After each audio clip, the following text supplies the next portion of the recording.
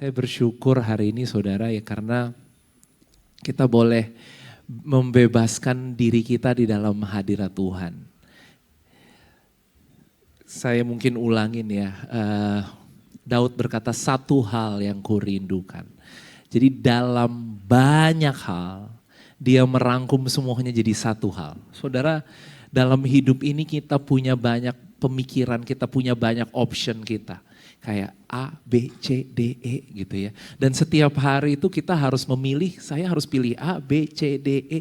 Tapi saudara, sebenarnya dari semua pilihan itu, maukah kita hari ini memilih satu hal saja yang paling penting. Dan satu hal itu adalah untuk diam di dalam hadirat Tuhan. Apa yang saudara lakukan pagi hari ini mungkin 1,5 jam ya di dalam hadirat Tuhan, saudara tidak pernah sia-sia. Kita mengambil satu bagian yang terbaik untuk sejenak kita mau hanya dipenuhi oleh Tuhan, dipenuhi oleh hadirat Tuhan. Dan apa yang kita alami dalam hadirat Tuhan, saudara, outputnya itu kita nggak bisa atur, saudara. Kita tuh seringkali dalam hidup ini kita mau atur outputnya.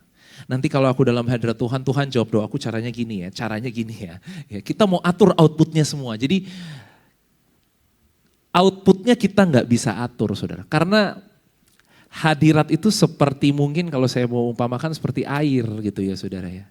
Air itu kalau dia udah ngerembes gitu ya, kita nggak bisa atur dia mau kemana ya. Dia bebas, selama nggak ada jalurnya dia akan pergi kemanapun dia mau pergi. Saudara, hari ini ketika kita ada di dalam hadirat Tuhan, maka lebih dari yang kita bisa pikirkan, lebih dari yang bisa kita bayangkan saudara.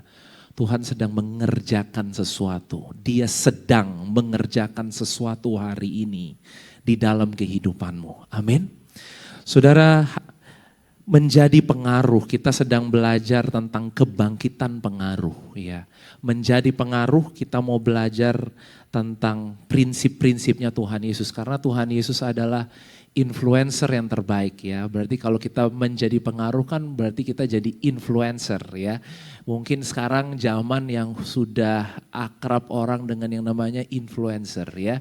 Jadi kita punya followers yang banyak dan kita apa yang kita bisa, keahlian kita, hobi kita share sama orang lain dan kita kasih influence sama orang lain saudara. Kita dalam 2 bulan ini kita belajar tentang memberikan pengaruh saudara. Yang pertama sebenarnya yang harus kita perhatikan adalah siapa yang memberikan pengaruh kehidupan kita. Sebelum kita jadi pengaruh, kita kan mau jadi influencer. Make sure hari ini kita benar-benar yang mempengaruhi kehidupan kita itu cuma Tuhan. Kita begitu dipengaruhi Tuhan sehingga kalau kita jadi membawa pengaruh, yang kita bawa pengaruhnya Tuhan. Ya, make sure kita nggak dipengaruhi oleh masalah kita, dipengaruhi oleh mungkin perlakuan orang, dipengaruhi keadaan yang mungkin nggak baik dalam kehidupan kita. Kenapa saudara? Karena apa yang mempengaruhi kita itu yang akan keluar menjadi pengaruh dari dalam kehidupan kita. Dan hari ini kita mau belajar dari prinsip Tuhan Yesus untuk menjadi pengaruh. Kenapa? Karena prinsip Tuhan Yesus ini mungkin tidak seperti yang kita biasa pikirkan. Tidak seperti yang biasa kita tahu. Tuhan Yesus itu membawa sebuah kerajaan yang baru dan kerajaan itu mungkin kalau bahasa orang Ambon gitu ya saudara, bahasanya katanya gini, tebolak balik gitu ya saudara. Jadi kerajaan yang Tuhan Yesus bawa tuh katanya upside down kingdom. Kerajaan yang terbolak balik. Terbolak balik dengan apa? Dengan pikiran kita saudara. Jadi kalau kadang-kadang masih align dengan pikiran kita, mungkin itu bukan Tuhan. Kalau udah gak nyambung sama pikiran kita saudara, mungkin itu Tuhan. Kenapa saudara? Karena Tuhan itu ya tadi, dia upside down.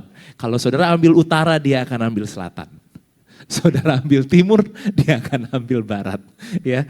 Nah kita akan lihat dalam Matius 13 ayat 33 dikatakan, dan ia menceritakan perumpamaan ini juga kepada mereka, hal kerajaan sorga itu seumpama ragi yang diambil seorang perempuan dan diadukan ke dalam tepung terigu 3 sukat sampai hamir seluruhnya. Saudara, saya nggak bisa bikin kue ya. Tapi kalau saudara yang bisa buat kue di sini, mungkin saudara tahu kalau yang namanya ragi itu takarannya nggak akan sama dengan tepungnya. Ya, saya nggak tahu perbandingannya seberapa, tapi kalau tepungnya banyak, raginya sedikit gitu ya. Nah di sini dikatakan seorang perempuan yang mengadukkan ke dalam adonan, ke dalam tepung terigu 3 sukat sampai hamir seluruhnya. Saudara, Alkitab sedang menjelaskan atau Tuhan Yesus sendiri sedang menjelaskan, mengajar di sini bahwa semua dimulai dari permulaan yang kecil. Ragi itu takarannya tidak banyak ya saudara, takarannya hanya sedikit. Tapi yang kecil itu akan bertumbuh sampai dia mempengaruhi dan tidak terkalahkan oleh keadaan yang ada di luarnya. Saudara, saya percaya Alkitab itu setiap kali dia ngomong angka itu nggak ada yang kebetulan. Di sini dikatakan 3 sukat sampai kamir seluruhnya. 3 sukat itu mungkin bisa dikatakan 22 kilo. Ya berarti banyak ya, ternyata dia bikin kue ini bukan buat 1-2 orang, bukan buat rumahnya doang. Mungkin dia bikin kue buat pesta gitu ya saudara. 22 kilo itu banyak ya, banyak. Dan ini bisa memberi makan hampir 300 orang ya. Saudara lihat ragi yang sedikit itu, ketika dia hamil dia bisa memberi makan, dikatakan sini impresif. Ya, dia bangkit secara impresif. Saudara, setiap kali Alkitab berbicara angka 3 itu mendekati selalu berbicara tentang kebangkitan. Tuhan Yesus bangkit pada hari ketiga. Ya, di sini dikatakan 3 sukat. Saudara, setiap kebangkitan dalam kehidupanmu, kita lagi belajar tentang kebangkitan pengaruh. Setiap kebangkitan, kapan kebangkitan terjadi? Ya, kebangkitan terjadi ketika ada kematian, saudara. Kematian itu ada harapan nggak? Kalau udah mati ya udah, kita nggak bisa bikin apa-apa, saudara. Jadi kapan kebangkitan terjadi? Ketika ada kematian. Dan Tuhan berkata lewat perumpamaan ini di sini akan terjadi sebuah kebangkitan dalam kehidupan kita. Dan itu dimulainya bukan dengan perkara yang besar. Itu dimulainya dengan ragi yang sedikit yang menghamiri adonan. Dan itulah prinsip kerajaan Allah. Amin. Hari ini kita akan belajar prinsip kerajaan Allah. Yang pertama adalah prinsip tidak terlihat. Ya. Menjadi yang tidak terlihat. Nah ini kan beda sama prinsip dunia ya saudara ya. Kenapa? Karena prinsip dunia adalah menjadi yang terlihat. Saudara tahu iklan? Iklan itu berlomba-lomba untuk dimanapun dia berada, dia akan mengatakan lihat aku ya. Benar ya saudara ya. Kenapa? Karena kalau kita lihat kita ingat, oh shampoo, mau beli shampoo bingung gitu ya saudara. Cuma karena tadi baru lihat iklan kita langsung tahu, oh kayaknya beli shampoo ini bagus nih gitu ya. Saudara kalau zaman sekarang mungkin saudara makan gitu ya. Apalagi sekarang tuh zaman udah canggih ya saudara, udah pakai AI itu ya. Misalnya contoh nih, saudara ada di Bandung gitu. Dia tahu saudara di Bandung, nanti saudara buka media sosial, semua isinya iklan-iklan yang ada di Bandung loh. Pinter ya saudara ya. Media sosial gadget saudara tuh lebih pinter dari saudara sekarang loh. Gitu. Dia tahu apa yang saudara butuhin. Ibu-ibu baru kepikiran misalnya panci gitu kan. Baru kepikiran panci, tiba-tiba iklan panci muncul. Berapa banyak ibu-ibu yang pernah ngalamin yang kayak gitu. Kok bisa sih saudara, ini udah kayak mungkin saudara pernah dinubuatin gitu ya sama orang ya. Kok dia tajam banget sih gitu ya saudara. Ini media sosial kita sekarang modelnya kayak gitu loh. Gitu. Jadi iklan itu akan masuk di tempat di mana pokoknya kita buka dia langsung masuk gitu ya. Dan dia berlomba-lomba untuk menjadi yang terlihat. Tapi prinsip kerajaan surga, prinsipnya Tuhan Yesus itu berbeda. Hari ini saudara, it's okay kalau mungkin apa yang saudara lakukan tidak terlihat. Amin. Bukankah ini seringkali yang ada di pikiran kita? Ah ngapain bikin kayak gini, orang juga gak lihat. Mana aku bikin gak dibilang terima kasih. Aku bikin mungkin istri bikin sama suami, suami bikin sama istri gitu ya saudara ya. Dan kita mana gak dihargain yang aku lakukan gitu ya. Saudara, bukankah seringkali itu jadi insecurity-nya kita gitu kan. Jadi perasaan yang tidak aman. Tapi biar hari ini kebenaran memerdekakan kita bahwa tidak terlihat itu adalah prinsip kerajaan Allah. Amin. Kita lihat dalam Matius 6 ayat yang pertama. Matius 6 ayat yang pertama dikatakan, ingatlah jangan kamu melakukan kewajiban agamamu di hadapan orang supaya dilihat mereka. Karena jika demikian, kamu tidak beroleh upah dari Bapamu yang di sorga. Saya mau kita lihat dalam terjemahan TSI ya saudara ya. Dikatakan gini, hati-hatilah jangan memamerkan perbuatan baikmu di depan umum supaya dilihat dan dipuji orang. Kalau kamu melakukannya, kamu tidak akan menerima upah atas perbuatan baikmu itu dari Bapamu yang di sorga. Jadi dari ayat ini aja kita tahu bahwa upah kita terima ketika kita tidak dilihat. Tidak terlihat itu adalah upah yang kita terima dari Tuhan. Amin. Hati-hatilah. Bayangin ya saudara, Alkitab ajarin hati-hati, dunia lagi ajarin, ayo kamu harus terlihat, kamu harus kelihatan gitu ya saudara. Bukan berarti kita nggak akan, gini loh saudara, bukan berarti kita nggak akan terlihat terus. Karena Tuhan pun, kita berapa minggu yang lalu juga kita belajar bahwa Tuhan pun menempatkan kita sebagai kota di atas gunung yang tidak mungkin tersembunyi. Artinya gini, Tuhan akan bawa kita justru terlihat oleh banyak orang hari-hari ini. Dia gak mau kita tersembunyi. Dia mau kita shine. Cuma ini ngomongin posisi hati saudara. Ini gak ngomongin apa yang kelihatan sama orang. Ini ngomongin posisi hati bahwa kita tidak melakukan semua hanya untuk dilihat dan dipuji. Tapi kita melakukan semuanya untuk Tuhan. Saudara, ini selalu menjadi prinsip kerajaan Allah. Prinsip kerajaan Allah adalah yang tidak kelihatan. Masalahnya yang seringkali jadi masalah dalam kehidupan kita adalah karena seringkali kita memperhatikan yang kelihatan. Dan yang kelihatan itu seringkali menjadi, ini saudara, menjadi ukuran. Benar enggak? Yang kelihatan di rekening bank jadi ukuran enggak saudara diberkati apa enggak? Jadi ukuran, benar enggak? Yang kelihatan di mana? Yang kelihatan di sosial media, yang kelihatan itu seringkali jadi ukuran gitu loh saudara. Itu yang seringkali itu yang seringkali jadi masalah buat kita. Saya percaya hidup dalam kerajaan Allah adalah hidup yang seharusnya bebas dari masalah. Tapi karena kita masih mengukur semuanya dengan yang kelihatan, kita ukur jawaban doa kita dengan yang kelihatan. Kita ukur berkat Tuhan dengan yang kelihatan. Kita ukur kebaikan Tuhan dengan yang kelihatan. Saudara, ketika kita semua mengukur semua yang kelihatan, mana gak kelihatan, saudara disitulah membuat kita ada dalam masalah. Membuat kita menjadi lemah. Ya. Kita semua sering mendengar firman ini bahwa kita hidup karena iman bukan karena melihat. We live by faith and not by sight.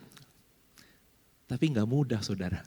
Karena dunia ini tiap hari menyodorkan kepada kita, menunjukkan kepada kita bahwa yang kelihatan itu adalah ukurannya. Bahkan dalam 1 Korintus 2 ayat yang ke-9 dikatakan apa yang gak pernah dilihat mata, apa yang tidak pernah didengar oleh telinga, apa yang tidak pernah timbul dalam hati, itu yang Tuhan sediakan bagi kita. Waduh. Berarti saudara kalau dari sini aja kita ngeri nih. Artinya gini loh, jangan-jangan kita gak ngerti apa yang Tuhan sediain sama kita hari ini. Karena kita gak bisa lihat. Coba ayatnya media bantu tadi tampilkan. 1 Korintus 2 ayat 9, coba lihat baik-baik saudara. Kita kan semua mau penyediaan Tuhan kan. Mau saat ini kita berdoa, Tuhan kasih, Tuhan berikan aku. Benar gak saudara? Hati-hati hari ini kita gak tahu ternyata Tuhan udah kasih sama kita. Tuhan berikan sama kita, Tuhan sudah mungkin melimpahkan dalam kehidupan kita. Kita gak sadar karena apa saudara? Tidak pernah dilihat oleh mata, tidak pernah didengar oleh telinga, dan tidak pernah timbul dalam hati. Saya cuma pengen bilang pagi hari ini, saudara itu lebih diberkati dari yang engkau tahu engkau diberkati hari ini. Engkau sangat diberkati. Memiliki Yesus dalam kehidupan kita adalah berkat yang terbaik. Wow. Dan ini ngomongin Tuhan Yesus saudara.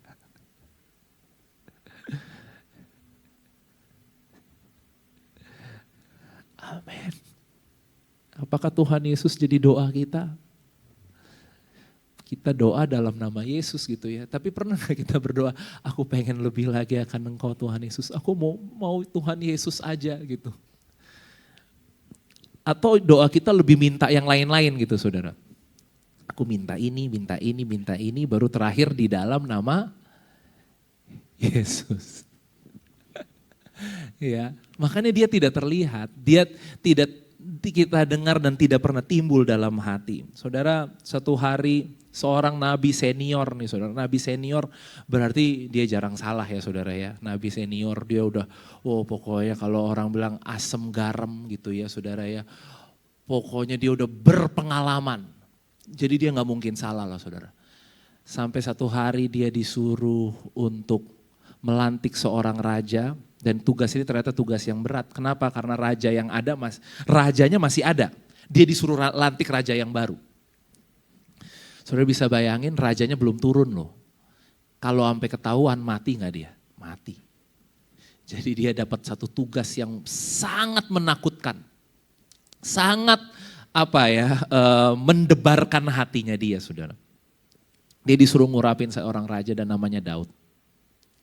Dia disuruh datang ke rumah Isai. Saudara, by the way Saul itu dikatakan dia dari pundak ke atas tidak ada orang Israel yang sama kayak dia. Artinya gini loh, kalau mau nyari gantinya Saul berarti harus yang lebih baik dari Saul dong. Iya enggak? Saul itu yang terbaik hari itu. Saul itu yang paling gagah, paling hebat, paling hari itu paling memenuhi semua ketentuan untuk menjadi seorang raja. Akhirnya Isai menunjukkanlah anak-anaknya. Berarti dia akan lihat, ini nih, ya mungkin inilah. Enggak setinggi Saul sih, tapi gagah nih dia. Ganteng nih dia. Ini pasti yang Tuhan mau. Oke. Salah saudara. Yang kedua, salah. Yang ketiga, salah. Sampai Tuhan bilang sama Samuel, Tuhan bilang gini, berfirmanlah Tuhan, janganlah pandang parasnya atau perawakannya yang tinggi. Sebab aku telah menolaknya. Bukan yang dilihat manusia yang dilihat Allah. Manusia melihat apa yang di depan mata, tetapi Tuhan melihat hati. Hari itu Saul aja bisa salah dengan apa yang dilihat oleh matanya dia. Tapi Tuhan melihat yang tidak kelihatan. Jadi hari ini saudara, yang Tuhan lihat apa? Hati. Pak, saya udah lakukan yang terbaik, kok saya gak sukses-sukses ya, kok saya gak berhasil ya. Kok kayaknya orang masih aja ya jahat sama saya, kayaknya orang gak berubah-berubah ya Pak. Saudara, hari ini ukurannya Tuhan bukan yang kelihatan. Ukurannya Tuhan apa? Hati. Biar kita untuk menjadi orang-orang yang membawa pengaruh, biarlah kita menjadi orang-orang yang memperhatikan justru hati ini.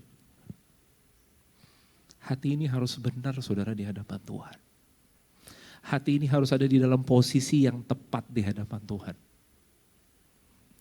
Poin yang kedua saudara, belajar dari Tuhan Yesus, prinsipnya Tuhan Yesus adalah saudara kita belajar untuk menjadi yang kecil. Waduh, belajar menjadi yang kecil. Dunia mengajarkan kita belajar menjadi yang besar. Kita belajar menjadi yang kecil. Matius 13 ayat 31 sampai 32. Yesus membentangkan suatu perumpamaan lain lagi kepada mereka, katanya, hal kerajaan sorga itu seumpama biji sesawi yang diambil dan ditaburkan orang di ladangnya. Memang biji itu yang paling kecil dari segala jenis benih, tetapi apabila sudah tumbuh, sesawi itu lebih besar, sama-sama katakan lebih besar, daripada sayuran yang lain, bahkan menjadi pohon sehingga burung-burung di udara datang bersarang pada cabang-cabangnya. Saudara, Tuhan tidak sedang membuat kita untuk terus jadi kecil. Tapi di sini dikatakan Tuhan akan membuat kita menjadi lebih besar. Tapi jangan kita remehkan kekuatan dari hal-hal yang hari ini kita temui dalam hidup ini sepertinya kecil, saudara. Karena yang kecil itu adalah benih. Amin. Karena jadi besar itu bukan urusan kita, saudara. Jadi besar itu urusan Tuhan. Cuma hari ini mau gak kita set hati kita untuk mulai memberi nilai yang tinggi bagi hal-hal yang terlihatnya kecil. Bahasa orang zaman sekarang gini, gituan doang, receh gitu ya, saudara tahu receh. Tapi saudara, hal-hal yang kecil itu yang gak diperhatiin orang, itu yang justru penting loh. Saudara, Salomo hari itu ya, dia menjadi raja yang luar biasa, Ratu Sheba sampai datang saudara untuk melihat harta kekayaannya Salomo saudara. Dan saudara tahu Ratu Sheba itu bawa persembahan bukan dikit-dikit. 4.000 kilogram emas, kira-kira itu banyak gak saudara ya? Emas lagi harganya lagi katanya paling tinggi ini sekarang katanya ya. Kemarin saya iseng-iseng sama istri saya bercandain dia, saya bilang ini emas lagi paling tinggi harganya gitu ya. Saudara, 4.000 kilogram emas itu tinggi gak? Itu harganya luar biasa saudara. Bawa persembahan, saudara tahu gak apa yang Ratu Sheba lihat dari Salomo? Emang dia lihat istananya yang besar apa? Memang dia lihat caranya Salomo, tapi gini loh, yang dia lihat justru gini.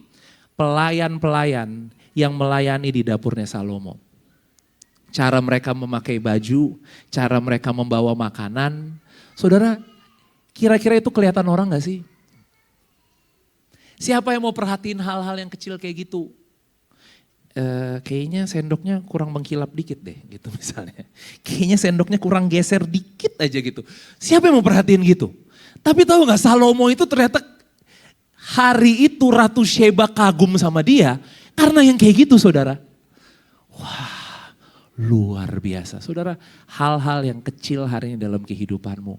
Mulailah kita belajar untuk memperhatikan. Mulailah kita memberi nilai yang baik untuk hal-hal yang terlihatnya kecil dalam kehidupan kita. Karena gini saudara, prinsip kerajaan Allah semua itu dimulai dari benih. Kita bayangkan benih itu kalau jatuh di tengah ruangan ini kelihatan gak sih saudara?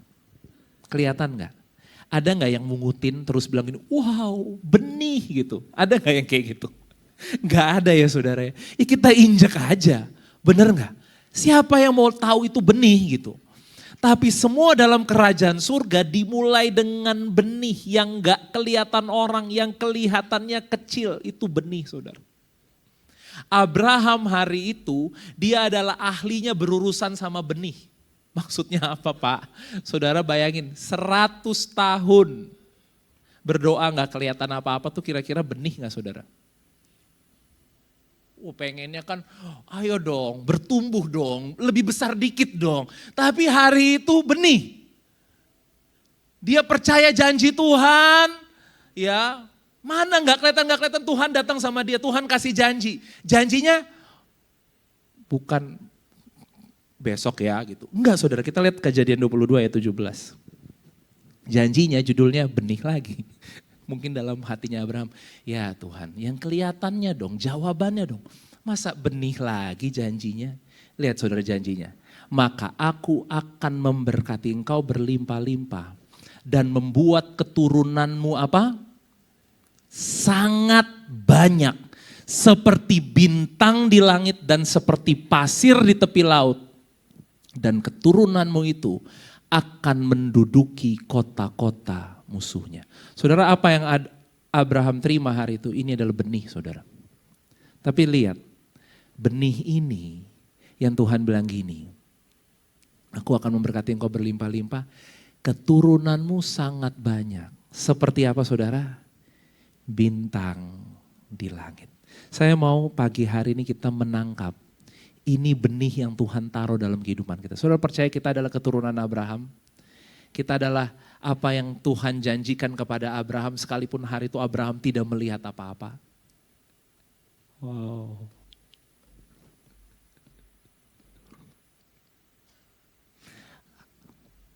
He's a father of faith. Karena apa yang dia lihat hari itu sangatlah bertolak belakang dengan apa yang dia percayai, saudara. Saya berdoa hari ini, benih Abraham itu hidup dalam setiap kehidupan kita. Dan benih yang Tuhan janjikan itu bukan benih yang kecil. Benihnya ini nih saudara, kita lihat ya. Ini bukan hanya iseng-iseng Tuhan bilang, seperti bintang di langit. Saudara tahu benih apa yang ada dalam kehidupan saudara dan saya hari ini? Seperti bintang di langit. Saya percaya ini bukan hanya berbicara jumlah yang banyak saudara. Tapi ini sedang berbicara saudara dan saya diposisikan Tuhan, direncanakan oleh Tuhan untuk kita ada di tempat yang tinggi. And we will shine. Gak peduli hari ini kelihatannya mungkin kecil. Gak. Saudara, benih yang kita punya ini benih bintang di langit loh. Siapa yang mau lihat benih ini? Dan kita hari ini mungkin hanya berpikir ya hidupku mah biasa-biasa aja Pak. Aku hanya ibu rumah tangga biasa. Aku hanya karyawan biasa. Saudara tahu gak bahwa apa yang Tuhan taruhkan hari ini. Kalau kita mau perhatikan hari ini yang tidak kelihatan. Maka kita harus tahu yang tidak kelihatan itu adalah benih yang hari ini ada di dalam kehidupan saudara dan ada di dalam kehidupan saya. Dan seed itu adalah seed bintang di langit. Amin. Yang ketiga saudara, yang ketiga prinsip dari kerajaan Allah yang kita akan pelajari pada pagi hari ini adalah prinsip untuk menjadi yang melayani. Amin. Menjadi yang melayani atau mungkin gini, tidak menjadi yang terdahulu. Saudara. Kita kan pengen apa-apanya kita yang duluan. Aku mau jadi, aku yang pertama, aku yang trendsetternya gitu kan saudara. Saudara, mau gak hari ini kita menjadi mungkin sedikit seperti yang terbelakang gitu loh saudara. Bukan menjadi yang terdahulu. Saudara, ada satu ayat yang saya suka ya dalam Matius 19 ayat 30. Matius 19 ayat 30. Kenapa ayat ini kita akan renungkan gini loh saudara. Saya sering dengar ayat ini, ya mungkin bisa juga dipakai ya, tapi belum, mungkin di dalam Injil yang lain konteksnya mungkin bisa ke sana. Saudara pernah gak dengar ayat ini dan bilang gini, melayani Tuhan, semangat, nanti yang terdahulu akan jadi terkemudian. Tuh kan dia baru bertobat, dia sekarang Tuhan pakai dengan luar biasa, kita jadi di belakang gitu kan. Dia kan baru percaya Yesus kemarin, kok sekarang dia jadi luar biasa. Ini yang terdahulu akan menjadi yang terkemudian akan menjadi yang terdahulu. Kita lihat, tetapi banyak orang yang terdahulu akan menjadi yang terakhir. Dan yang terakhir akan menjadi yang terdahulu. Kita lihat terjemahan The Passion Translation ya. Ya, terjemahan TPT-nya bilang gini ya saudara.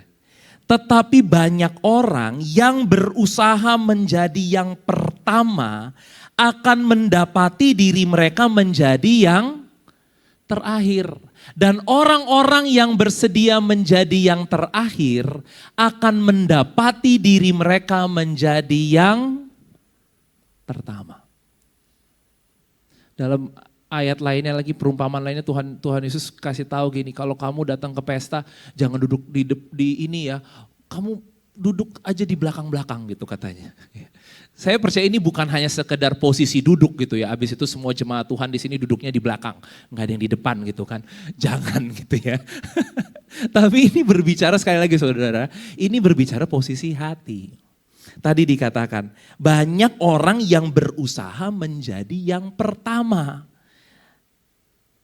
Tapi hari ini biar kita bersedia menjadi yang terakhir. Nah, menjadi yang terakhir di sini bukan ngomong dalam konteks yang lain-lain ya saudara ya.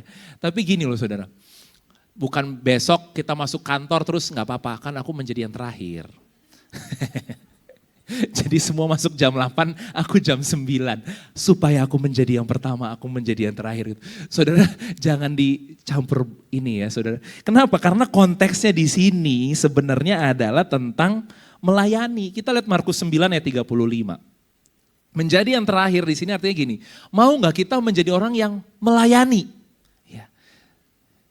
Lalu Yesus duduk dan memanggil ke-12 muridnya itu, katanya kepada mereka, ini murid-murid ini lagi lomba-lomba terus jadi yang pertama gitu kan. Yang paling disayang, yang paling circle-nya Tuhan Yesus gitu ya saudara, ini bahasa anak-anak zaman sekarang. Circle intinya Tuhan Yesus. Ya.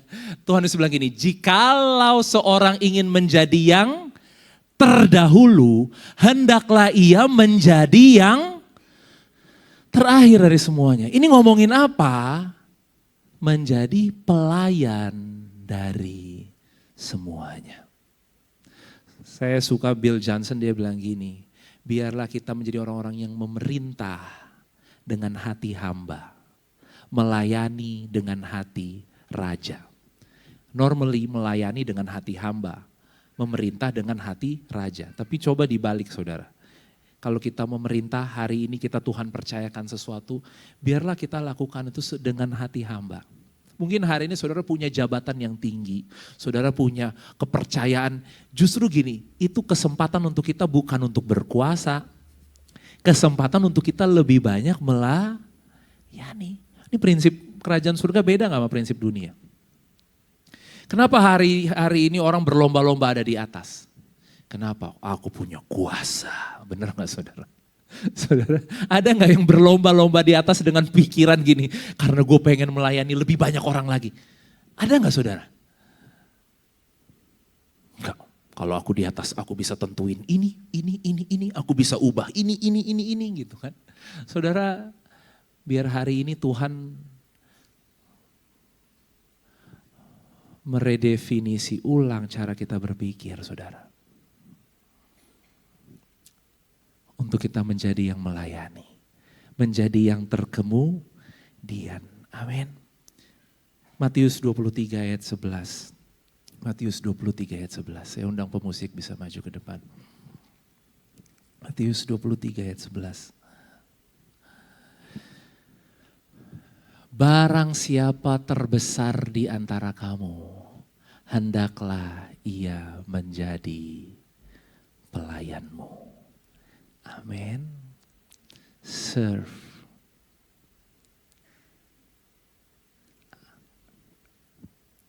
Saudara, saya tiba-tiba keinget satu cerita gitu ya. Dan cerita ini mungkin ya karena kita sudah seperti keluarga lah ya saudara. Dulu waktu almarhum papa saya masih hidup saudara. Mungkin bisa tanya yang ada di kantor, yang ada di mana. Dia itu orang yang gak gampang percaya sama orang. Dan gini, dia gak gampang percaya sama pendeta tamu. Dia gak akan undang banyak orang, dia hanya undang orang yang benar-benar dia kenal gitu.